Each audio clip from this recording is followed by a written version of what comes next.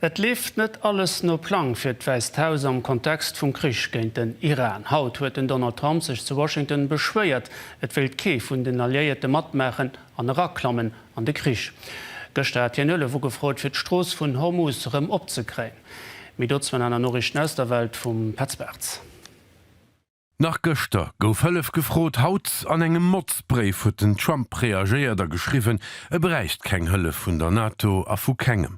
Washington ass an engem Krich isoléiert, an den et géint all gesonde Mënscheverstand ragge zu gouf. Dat ass d'Menung vum Joe Kent, de Chef vum US-amerikanische Konterterror, den haut demissionéiert huet. Land wie vun Israel mat Falschinformationoen an de Krich ragge zu ginn, a mist herausklammen US-Geheimdienstinformationoen no ass vun Iran nie eng Gefo ausgang. An Iran ass de Sicherheitsbeobtrachten Ali Larijani bei engem israelisch Bombardement dem Liewe kom. De Larijani wo als en enken Alliierte vum fréieren Ayatollah Khamenei mat verantwortlich fir die rezent Massaker vun Demonstranten géint de Regime. Durch eng Patrolsblockad vun den USA sind Luchten Ausgang a Kuba. Land ass am deichtren Weisthaus huet den Druck op Kuba nach erhecht, an Havanna ze versto ginn hire Präsident Diaz-Canel aufzusetzen. Den Donald Trump huet lo deklariert, hier kennt mat Kuba machen, wat wëz, an hin het déier d'Land ze verhoelen.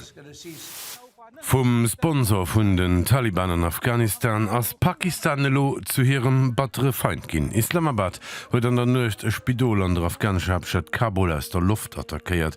Bei der Attack komme méi wie 100 Leiit Liewen. Pakistan an Afghanistan stehen am Konflikt zanter Meint, well militanter Zieler a Pakistan attackéiere géife fir sich dënnerem an Afghanistan zréckzezeien a Sicherheet.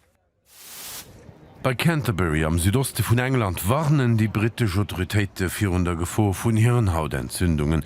15 Fäll sie biswell bekannt, 2 Patienten sie mittlerweile gestürwen. Haut goufen méi wie 700 Dosissen Antibiotiken u Studenten verdeelt fir d'Epidemie an de Griff ze kreen.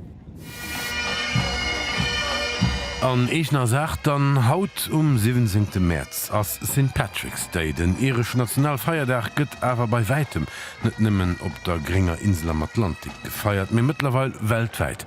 Dat heißen awer Bilder aus dem Epizentrum vum traditionellen Defilé zu Dublin haute Mëttech.